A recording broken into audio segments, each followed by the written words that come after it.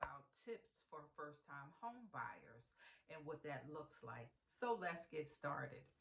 Fact number one, what you want to do is ask yourself, what can I afford if I'm thinking about purchasing a house? That'll be the first thing you need to ask yourself.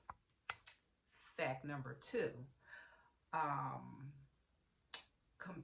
you need to compare your down payment options. And what I mean by comparing your down payment options, all lenders require some type of down payment.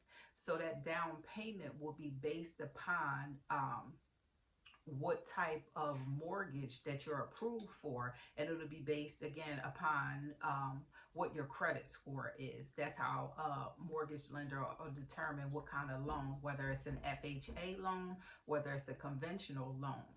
So, talk to a mortgage lender and find out what type of loan that you qualify for. And that again will determine how much you need to put down on a home. Fact number three.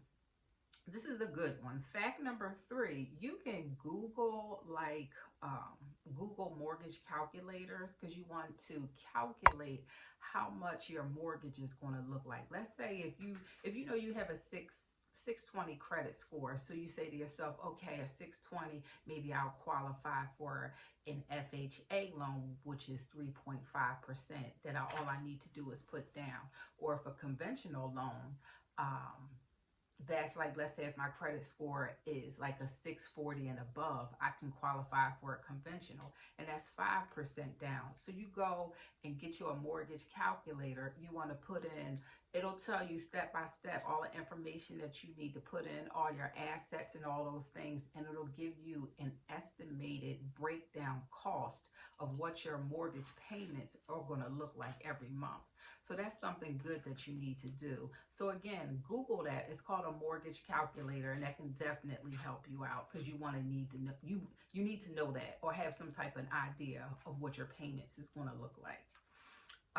So fact number four, compare mortgage lenders. And what I mean by compare mortgage lenders, don't just talk to one mortgage lender and accept what they're saying. Talk to several of them. Say, hey, listen, I'm a first-time home buyer.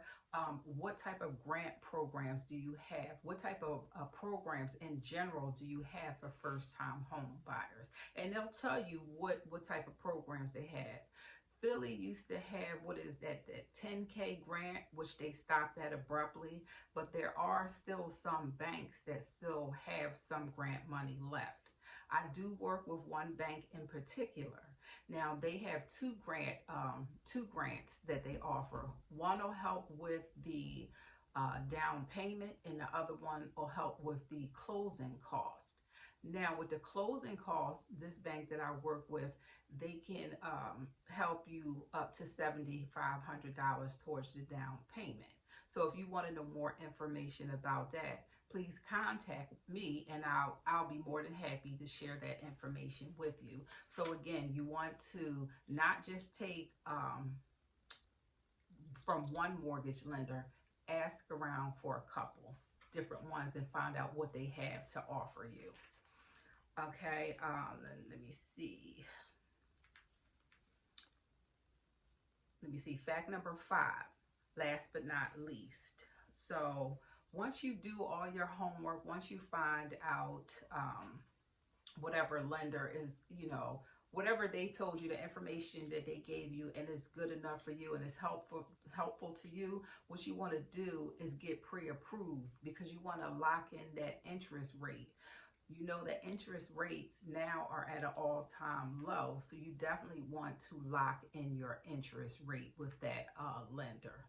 And another thing that I wanted to talk about, when you do get pre-approved for a loan, remember that pre-approval letter is only for 90 days.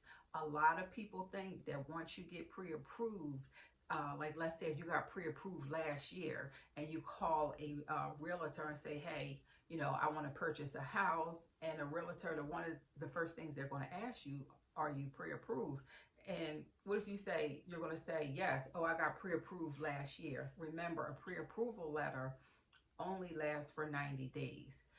And another helpful tip, you don't want that pre-approval letter to expire, because what happens is, in order to get pre-approved all over again, you have to show your tax statements, your pay stubs. You have to show all this information all over again. So let's say you have a pre-approval letter and it's coming up on, the 90 days. Talk to your mortgage lender so you can get it extended. So you don't want to let it expire, that you have to give up all that information all over again. So those are my fun facts for today. I hope that you liked. I hope that you liked something that I talked about, or learned some of the information that I gave. Like, something was very helpful to you. I would love if you would like, share, and comment on this video. Hopefully, by sharing this video, you can help someone who these first-time home buyer tips help them. If you would like me as your realtor to help you with some things, go to my website, www.tawana.valentin.com. Fill out the information and I'll set you up with a free consultation. So again, those were my Friday's fun facts. Join me next week for another Friday's fun fact at 5. Bye.